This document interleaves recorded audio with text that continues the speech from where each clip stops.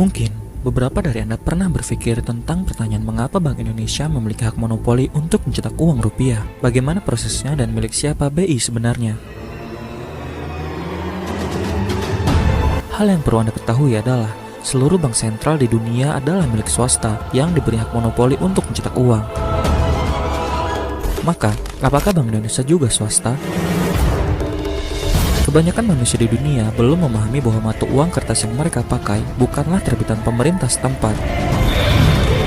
Sebelum ada bank sentral, sejumlah bank swasta telah menerbitkan nota bank yang berlaku sebagai alat tukar di negara yang bersangkutan.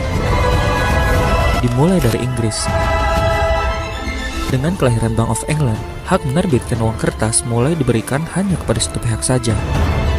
Memang, kebanyakan bank sentral itu melabeli dirinya dengan nama yang berbau nasionalisme, agar terasa bahwa bank-bank sentral ini adalah milik negara seutuhnya, sehingga menumbuhkan kepercayaan masyarakatnya dan tidak menimbulkan kecurigaan serta keresahan.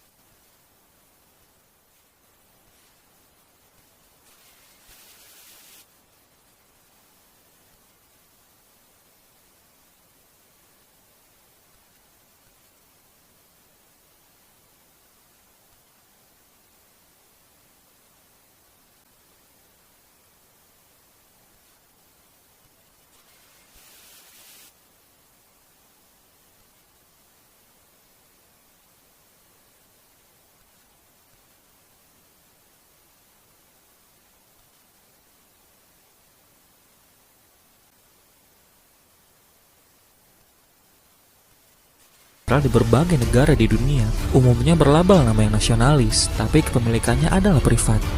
Misal seperti Bank of England yang sudah disebutkan sebelumnya, adalah bukan milik rakyat Inggris tetapi milik para bankir swasta, yang sejak tahun 1825 sudah berada di bawah kekuasaan keluarga Rothschild. Pengambil alihan oleh keluarga ini terjadi setelah mereka membailout hutang negara saat terjadi krisis di Inggris. Contoh lain seperti Deutsche Bank yang bukan milik rakyat Jerman, akan tetapi dikuasai oleh keluarga Siemens dan Ludwig Bamberger. Begitu pula dengan Shanghai dan Hong Kong Bank, bukan milik warga Hong Kong tetapi berada di bawah kontrol Ernest Cassel. Sama halnya dengan National Bank of Morocco dan National Bank of Egypt yang didirikan dan dikuasai oleh Cassel yang sama. Selanjutnya Imperial Ottoman Bank yang bukan milik rakyat Turki melainkan dikendalikan oleh Piraeus bersaudara asal Prancis. Demikian seterusnya. Jadi, bank-bank nasional seperti ini sebenarnya adalah sindikat keuangan internasional, modal antar bangsa yang secara real tidak ada dalam bentuk aset yang nyata, kecuali dalam bentuk angka-angka nominal di atas kertas atau byte yang berkedap-kedip di atas permukaan layar komputer. Hutang-hutang yang diberikan oleh bank sentral kepada pemerintah suatu negara tidak pernah diminta oleh rakyat negara tersebut, tapi dengan sengaja dibuat oleh sistem pemerintahan yang berasaskan sistem demokratis dengan mengatasnamakan hutang negara. Celakanya, para bankir ini adalah orang-orang yang tidak dipilih oleh rakyat, tak punya loyalitas kebangsaan dan juga tidak akuntabel. Akan tetapi, mampu mengendalikan kebijakan paling mendasar suatu negara. Dan setiap kali mereka menciptakan kredit atau hutang, setiap kali itu pula tercipta uang baru dari byte-byte komputer belaka. Jadi, apakah sistem perekonomian ini halal menurut agama Islam? Apakah bank itu sendiri halal? Simak penjelasan berikut. Makanya ulama-ulama kita ini tenang. Kenapa? Karena berpikir jernih menghadapi persoalan umat. Ngono lho, kiai ora ono sing wani kok kiai terus ngaramno bank ngono. Ki ora wani padahal ya kiai iki ngerti nek bank iki kabeh ora ono sing halal.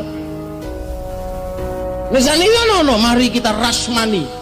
Kita kuatkan ekonomi Islam, kita tarik uang dari bank kafir, kita masukkan ke bank Islam. Kita kapan ono bank Islam? Rasa kurung tahu eneng ki Bank Islam ki. Sing jenenge bank itu seluruhnya nggak ada yang Islam, mereknya tok Bank Islam.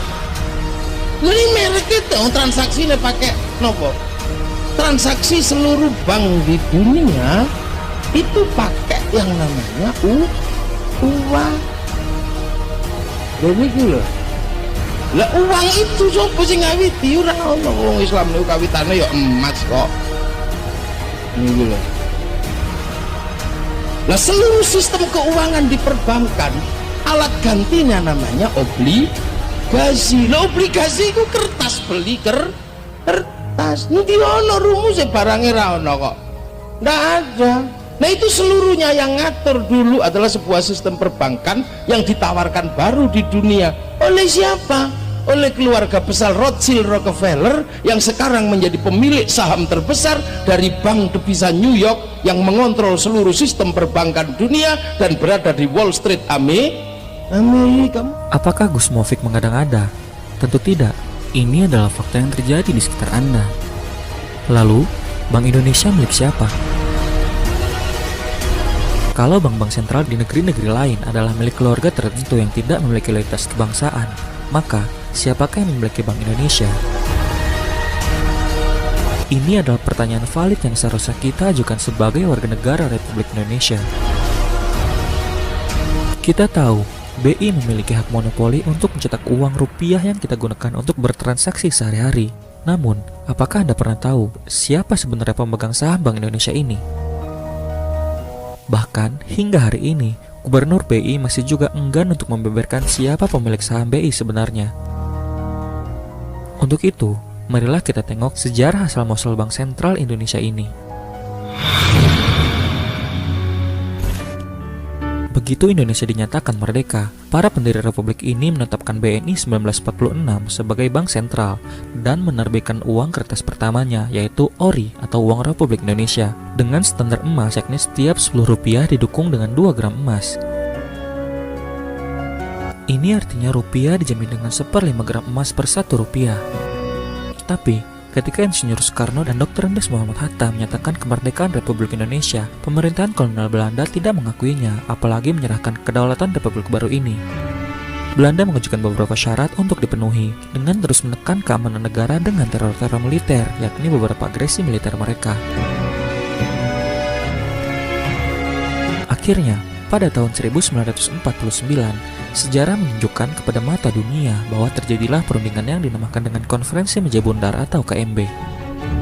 Melalui Konferensi Meja Bundar ini, disepakatilah beberapa kondisi pokok agar Republik Indonesia mendapat pengakuan kemerdekaan dari pihak Belanda.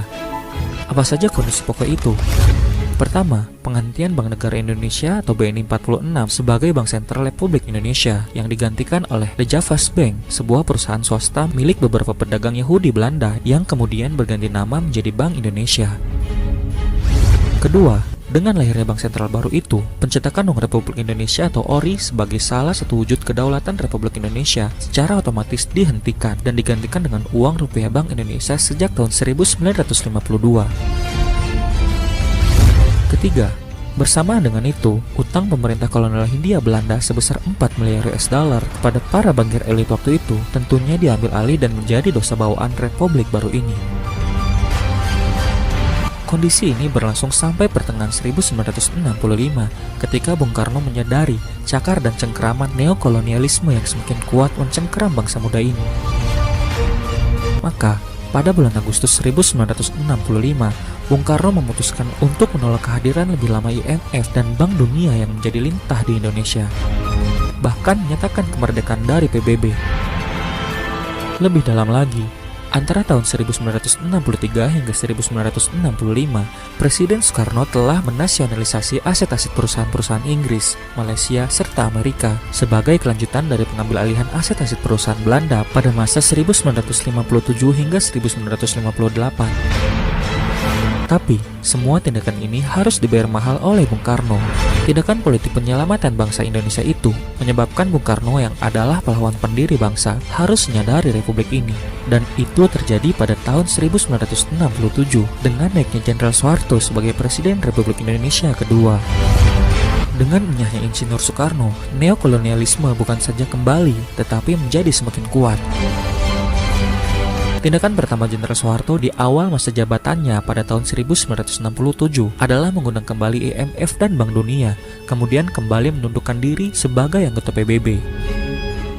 Pemirsa, perlu diingat bila PBB sangat erat kaitannya dengan keluarga Rockefeller, pebisnis minyak bumi berdarah Yahudi yang merupakan sosok di balik masuknya sejumlah perusahaan multinasional ke Indonesia, termasuk Freeport. In a brief video introduced by the United Nations Secretary General Boutros Boutros-Ghali and containing some exceptional footage, the connection between the United Nations, New York City, and the Rockefeller Foundation is clearly drawn. The future of this country and the lives of our children and our children's children are interwoven with the success of the United Nations. In it lies the hope of the people of the world. My father considers it a privilege to have had a part in the development of its permanent home. I'm glad to hand you, Mr. Lee, my father's check. Thank you, Mr. Rockefeller. Neokolonialisme berlanjut. Seperti yang ditulis oleh John Pilger, seorang jurnalis asal Australia, di dalam bukunya berjudul Tell Me No Lies. Pada bulan November 1967 itu, digelarlah konferensi yang berlangsung selama 3 hari di Swiss. Konferensi ini dipimpin langsung oleh John D. Rockefeller. Semua perusahaan raksasa mengirim perwakilannya seperti perusahaan-perusahaan minyak besar, bank, termasuk Gas Manhattan, General Motors, Imperial Chemical Industries, British American Tobacco, Siemens, US Steel, dan masih banyak yang lain. Perusahaan-perusahaan raksasa yang mayoritasnya dimiliki oleh tangan-tangan berdarah Yahudi ini menanti bagi-bagi sumber daya alam dari Presiden baru Indonesia yang dianggap Richard Nixon adalah hadiah terbesar dari Asia Tenggara.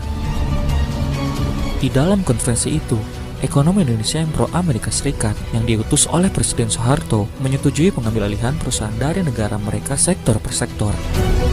Freeport mendapat bagian gunung emas di Papua, Konsorsium Amerika Serikat mendapatkan nikel, dan perusahaan raksasa Alcoa mendapatkan sebagian besar bauksit Indonesia. Tidak hanya itu, perusahaan-perusahaan Amerika, Jepang, dan Prancis mendapat jatah hutan tropis di Sumatera.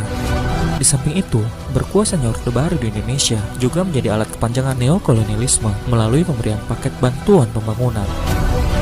Untuk dapat membangun bangsa-bangsa yang memiliki predikat terbelakang, miskin, dan bodoh yang terdefinisi sebagai dunia ketiga itu, disediakanlah paket bantuan oleh IMF dan World Bank yang pada akhirnya menjadi jebakan hutang tersendiri bagi rakyat Indonesia.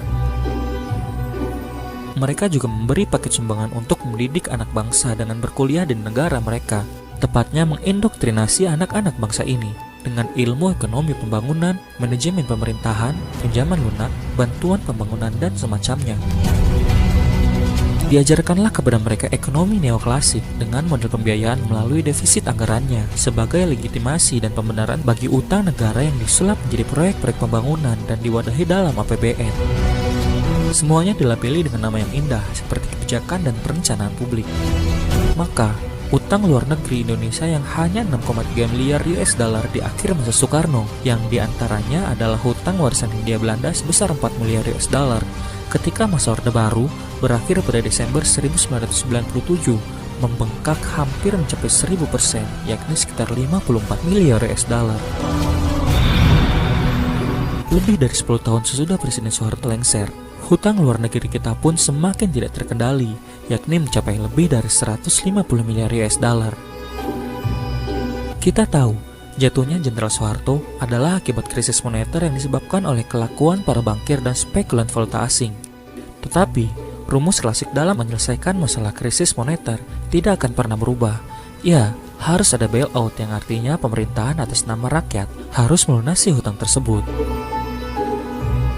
Ironisnya, langkah yang harus diambil adalah dengan cara mengambil hutang baru dari para bankir itu sendiri, sehingga pada akhirnya republik yang dikatakan merdeka dari penjajahan ini sepenuhnya dikendalikan oleh para bankir melalui letter of intent seluruh kebijakan pemerintahan RI tanpa terkecuali.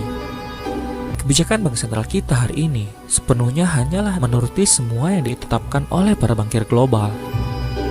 Dua di antaranya yang terkait dengan Bank Sentral dan kebijakan uang adalah: pertama, mulai dari tahun 1999, Bank Indonesia yang semula adalah The Javas Bank itu telah lama sekali dilepaskan dari Republik Indonesia. Artinya, Gubernur BI bukan lagi bagian dari Kabinet Republik Indonesia, maka ia tidak lagi harus akuntabel kepada rakyat Indonesia. Kedua, mulai dari tahun 2011, melalui Undang-Undang Mata Uang, Bank Indonesia dilegalisir sebagai pemegang hak monopoli menerbitkan uang kertas Indonesia. Dan bersamaan dengan ini, dilakukan kriminalisasi atas pemakaian mata uang lain sebagai alat tukar di Republik Indonesia. Namun, tentu saja dengan mengecualikan mata uang para elit dunia, yakni US dollar. Pemirsa, di zaman yang semakin carut marut oleh tangan-tangan elit penguasa dunia ini, mau tidak mau, kita harus paham dan mengerti bagaimana sejarah keuangan Republik ini. Dan sebagai warga negara yang mengerti, kita memiliki hak asasi dan hak konstitusional untuk mengambil keputusan sendiri. Ingin bertahan pada kepalsuan uang kertas yang termasuk di dalamnya adalah rupiah, atau bersama kita bangun dan songsong kembalinya uang yang hak dalam agama kita, dinar dan dirham. Apa hukum menggunakan uang kertas? Dan apa benar umat Islam lebih baik bermuamalah dengan menggunakan dinar dan dirham? Itu usul dari Perdana Menteri Malaysia Mahathir Mohamad. Kata beliau, kalau Uni Eropa bisa bersatu dengan euro, kita menyebutnya euro, maka kita pun lebih bisa dipersatukan. Karena memang pada zaman Nabi kita menggunakan